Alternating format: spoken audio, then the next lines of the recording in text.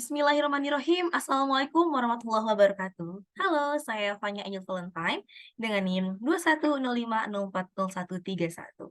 Nah, di sini saya akan sedikit menjelaskan atau memaparkan materi hukum pidana internasional dengan tema apakah serangan Israel kepada Palestina dapat dikatakan sebagai kejahatan genosida dilihat dari aspek hukum pidana internasional. Lalu apa saja yang akan dibahas dalam materi ini? Yang pertama adalah, apakah serangan Israel kepada Palestina dapat dikatakan sebagai kejahatan genosida? Dilihat dari aspek hukum HPI atau hukum pidana internasional.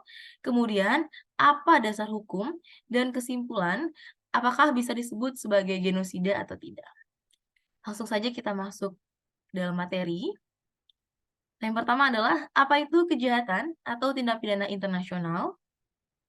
Kejahatan-kejahatan internasional adalah suatu tindakan yang secara universal diakui sebagai suatu tindak pidana yang memiliki unsur internasional, transnasional, dan keharusan. Menurut Bosioni, tindak pidana internasional adalah setiap tindakan yang telah ditetapkan di dalam konvensi-konvensi multilateral dan yang telah diratifikasi oleh negara-negara peserta, sekalipun di dalamnya terkandung salah satu dari ke-10 karakteristik pidana. Kemudian jenis kejahatan atau tindak pidana internasional. Yurisdiksi dari Mahkamah Pidana Internasional adalah 4 jenis kejahatan atau tindak pidana yang dinyatakan dalam pasal 5, yakni yang pertama ada kejahatan genosida, kedua kejahatan terhadap kemanusiaan, kemudian ada kejahatan perang, dan kejahatan agresi. Masing-masing kejahatan itu, kecuali kejahatan agresi, dirinci dalam pasal 6, yaitu genosida, pasal 7 kejahatan terhadap kemanusiaan, dan pasal 8 kejahatan perang.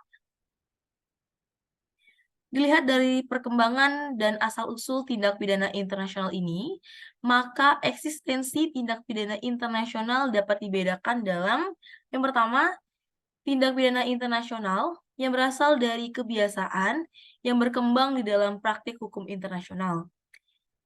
Kemudian, tindak pidana internasional yang berasal dari konvensi-konvensi internasional.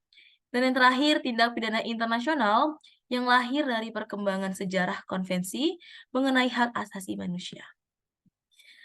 Lalu, apa sih itu genosida? Genosida sebagai segala macam tindakan yang dilakukan dengan niat untuk menghancurkan secara keseluruhan atau sebagian sebuah kelompok bangsa, etnis, ras, atau agama. Adapun beberapa tindakan yang menghancurkan di sini yang dimaksud adalah antara lain, yang pertama, membunuh anggota kelompok tersebut, kedua, menyebabkan luka fisik atau mental yang serius terhadap anggota kelompok, ketiga, secara sengaja menimbulkan kondisi hidup kelompok yang dapat mengakibatkan kemusnahan fisik, seluruhnya atau sebagian, kemudian keempat, menghalangi terjadinya kelahiran di dalam kelompok, dan yang terakhir, memindahkan anak-anak kelompok ke kelompok lainnya secara paksa. Lalu, apakah serangan Israel kepada Palestina dapat dikatakan sebagai kejahatan genosida dilihat dari aspek hukum pidana internasional? Menurut hukum humaniter internasional atau hukum perang, ada beberapa objek yang tidak boleh diserang dalam perang berdasarkan hukum humaniter internasional. Hukum humaniter internasional mengatur batasan secara ketat dan objek sasaran militer yang tidak boleh diserang dalam perang meskipun menjadi sasaran pembalasan. Serangan Israel terhadap Gaza ini menewaskan ribuan warga sipil, melanggar batasan dan objek sasaran militer dalam perang berdasarkan hukum internasional dan hukum humaniter. Hukum humaniter berupaya untuk mencegah kekejaman perang menyangkut dengan kemanusiaan dari tindakan pembunuhan, kekerasan, dan pelecehan. Perang yang terjadi dilakukan untuk menyelesaikan sengketa atau perselisihan yang sudah terjadi. Dalam perang, pihak yang berperang menggunakan berbagai macam senjata untuk saling menaklukkan. Hukum humaniter juga merupakan upaya dalam mencegah kekejaman perang terkait dengan kemanusiaan dari perbuatan pembunuhan, kekerasan, dan pelecehan. Hukum ini turut mengatur batasan secara ketat dan objek sasaran militer meskipun menjadi sasaran pembalasan. Nah, adapun beberapa objek yang tidak boleh diserang dalam perang berdasarkan hukum humaniter internasional tersebut adalah, yang pertama, penyerangan warga sipil. Dalam hukum humaniter internasional, serangan yang diarahkan terhadap warga sipil adalah hal yang dilarang. Penyerangan hanya boleh dilancarkan kepada seluruh anggota angkatan bersenjata yang terlibat konflik, kecuali personil medis dan personil keagamaan.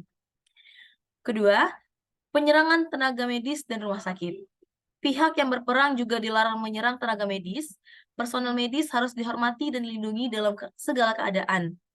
Pasalnya, mereka kehilangan perlindungan ketika melakukan tindakan yang mencelakakan pihak musuh di luar fungsi kemanusiaan mereka. Kemudian ada kota dan desa. Militer dilarang melancarkan serangan di wilayah tempat tinggal musuh. Hal ini berlandaskan pada Konvensi Dan Haag pada 1899 dan 1907 yang mengatakan bahwa pemboman terhadap kota, desa, dan gedung-gedung tempat tinggal yang tidak dipertahankan termasuk hal yang dilarang. Kemudian ada benda cagar budaya.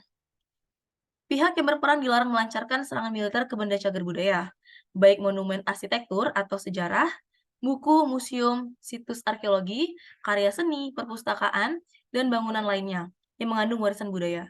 Aturan ini diciptakan untuk mengantisipasi kerusakan benda cagar budaya yang tidak tergantikan khususnya selama pengeboman udara skala besar.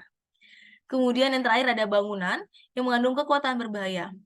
Serangan konflik juga tidak diperbolehkan tertuju pada bangunan yang menyimpan kekuatan berbahaya, seperti bendungan, tanggul, dan pembangkit listrik tenaga nuklir yang berkemungkinan mempunyai konsekuensi kemanusiaan luar biasa bagi penduduk dan objek sipil di sekelilingnya.